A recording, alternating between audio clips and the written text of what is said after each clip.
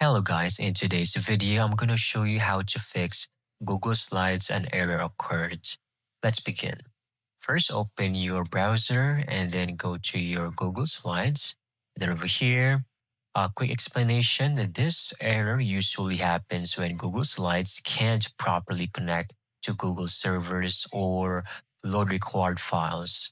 It's often caused by unstable internet connection, browser cache or cookies, disabled cookies, and conflicting browser extensions, or even temporary Google service outages. In some cases, using an outdated browser or being signed in into the wrong Google account can also trigger this error.